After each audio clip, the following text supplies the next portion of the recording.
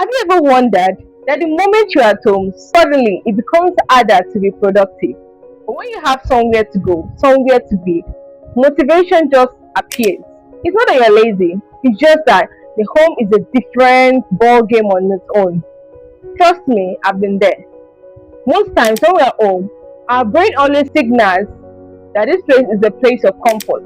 It signals to us that okay, we want to relax, we want to be comfortable, we want to do things that don't really require a lot of effort, which is what we humans like. We don't want something that is going to stress us or make us have to move from one place to another. We just want something that is very comfortable to do. And that's just it with the home.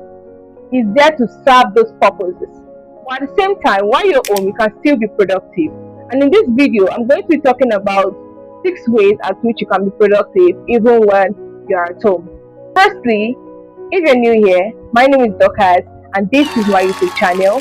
I'm back here trying to search for clarity in life. And in today's video, I'm going to be talking about 6 ways to be productive even when you're at home. The first point I'm going to be talking about is why home feels unproductive. The home is not a place that is unproductive, it's just our minds. We have conditioned our mind that this is a place where we just want to be comfortable. And for you to be productive, you have to go out from your comfort zone. Not that you have to leave your home, but your home can actually be a place of comfort and a place of discomfort. What do I mean by this? When you're home, you can actually position your mind, you can actually wire yourself to believe that you can actually take on tasks even while you're home, productive tasks to be precise. And this can be done through intentionality. For you to be productive at home, you have to actually begin to do things that will actually bring you out from that comfort. Not that you have to step out of your house, it's just that you have to wire your brain and change your brain into the new mindset you're trying to develop. So you can actually still be productive even while you're at home. And the second point says, start with small things. What do I mean by this? To start with something small means you can decide today, once I wake up, I want to lay my bed, I want to make my bed, I want to read the Bible, I want to do this. You have a whole list of what you want to do. And that alone can set you up for productivity. Once you have what you want to do, and even if you don't have what you want to do, but taking on that small, insignificant task can actually develop a whole productive day for you.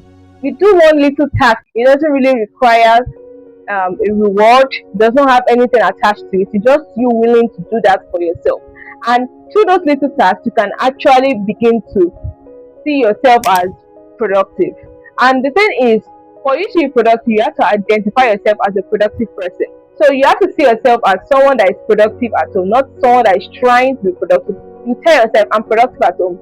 Then you begin to actually live in your affirmation. Leading me to the third point, it says that start small, even though you don't achieve everything. Start small. When you're home, this is a place of comfort, as we all know. But you trying to put a whole big large task at the front of you, saying that I'm going to do all this, I'm going to read the Bible, I'm going to wash clothes, I'm going to do this. When the old tasks are too much, it becomes daunting because your home is a place of comfort, not a place of discomfort. You have to take it step by step, one at a time. This will help you see it as something easy rather than something daunting and you want to avoid it. Because what is easy can actually still not be done. You can consider something as being easy, but still you won't do it because of how easy it is. But at the same time, you don't want to make it something daunting that you won't be able to even start at all. But once it's easy, you can still tell yourself, it's very easy, I can do it under a snip of a finger. And before you know it, you eventually do it if you are intentional about doing it. But when you are not intentional about it, when you feel that okay, let me just have like 100 tasks to do today, then my day will be productive. Productivity doesn't come that way. You don't have to have like billions of tasks for a whole day to do. I personally, I used to feel that if I've not used, let's say 20 or 10 hours of my day being productive, then that day was not a productive day. We don't always have to have every day being productive with 10 tasks. You can actually be productive even under 2 hours. You can be productive under an hour. So it's just about being intentional about what you're doing. It's not just having a whole long list of tasks without even trying to be intentional about it. Because in the end of the day, you will not end up completing everything. You may have a whole long task without even completing every single one of them. You just have to be intentional about what you're doing. So this brings me to the next point, which says write a to-do list. I know this may sound cliche. You do write a to-do list, write a to-do list. To-do list is something that can actually help you keep track while you're home. Because what you think you can actually keep on your memory, you may actually forget. But when you write down, you remember easier. Because you can get carried away by the day, you won't even realize that, oh, you wanted to do something. But when you have a to-do list of what you want to do, stating everything you want to do in the to-do list, then that will help you to navigate life quickly. That will help you to have a productive day. So having a to-do list help you to have the sense of fulfillment, because when you're done with the day, you have the liberty to actually tick it that, yeah, I did this today, I did that today. So that alone actually bring this sense of fulfillment that, yeah, you had a very productive day, even though the task was not long, like a long list or something. So that's another way at which you can be productive at home, having a to-do list. So it can be digital or you can have it on paper. I personally, I prefer to have my list on paper, because on the digital platform, most times I always forget to tick it off even after writing it down. But when I have my pen and paper, I always remember that, okay, I have to tick something down, because I remember I wrote something down and I have to tick something.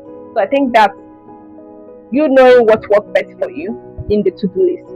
And that brings me to the next point. Separate your comfort from your workspace. The home is a comfort space, as we know that. But at the same time, we are trying to be productive even when we are home. But for you to be productive at home, you can't say you want to be productive on your bed. You can't say you want to do tasks on your bed. People who don't have a lot of space may do their things on the bed and they're already used to doing it. But you, as a person who is just beginning to learn how to be productive at home, you have to actually separate your comfort zone from your workspace. In a sense that if you have an apartment where you stay, do not do your deep work on your bed, because the chances are you may end up sleeping. You have to ensure that you carve out, even though it's a little space for you to do your deep work, then maybe your surface work. Maybe let's say you want to read before you sleep, then you can just pick up a book while on your bed, and who knows, you may fall asleep.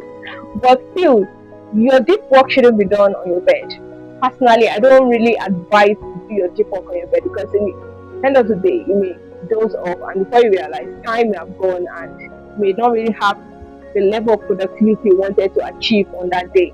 So that alone can actually discourage one in order to be productive. But at the same time, you can still experiment. If you're someone that you can actually do deep work on your bed and it works for you, then that's fine. But at the same time, you have to know what works best for you. I personally am sharing my own perspective on this, because I personally do not really do my work on bed. Some days I do them, but most times I prefer to do them on a chair and table or somewhere aside my bed. That's it for me. And leading me to the last point, this talks about the use of reflection. Reflection is something that you get to be self-aware about, because when you're trying to be productive means that you have actually reflected and you are self-aware that, okay, you are lacking in a particular area or you want to improve a particular area. This is why you want to be productive. And this can only be gotten through reflection. If you don't reflect on the kind of person you are, if you don't reflect on the habits you have, if you don't reflect on the kind of system that you have built, then you'll be able to improve. Well, you being able to reflect, that can be done at home, which is a comfort zone. It's a way of being productive, because you are reflecting, and that's actually leading you into productivity. Reflection is a way of being productive, because you become more self-aware. You know what habit serves you and those that don't serve you. You get to see those little things that you would have noticed on days when you were going to work or you have places to be, because now that you're home, you begin to see those habits, those patterns that you haven't really seen in yourself. You begin to notice them when you're home, and that was because of your intentional about it. You're intentional about being reflective, and being intentional about reflection makes one productive. You get to see, oh, really, every time I put my phone here, the next minute my hands are already on my phone. Every time I try to do this, next minute I'm already scrolling on TikTok. So you get to see all those patterns that you wouldn't have seen when you're just trying to live life as it is. To sum this all up, you can actually be productive at anywhere, irrespective of if it's your home, if it's irrespective of anywhere you find yourself, you can be productive. Productivity is not determined by where you are, but what you do about where you are. Because even your house is a place of comfort. We all know that it's a comfort zone, but still you can be productive in your house. Productivity is not limited to wherever you are, it's limited by your mindset. It's limited at how you think about the particular place you are. If you say this place you can't be productive, then you can't be productive there. But when you have this new conditioning that you're trying to condition your mind that okay, I can actually be productive at home, then you will be productive at home. I guess I've been able to provide some solution in one way or the other to someone out there. And if you know that this video really spoke to you, I would admonish you hit the like button and also subscribe to my channel. And if you have any comments or any question, you can leave it down in comment section.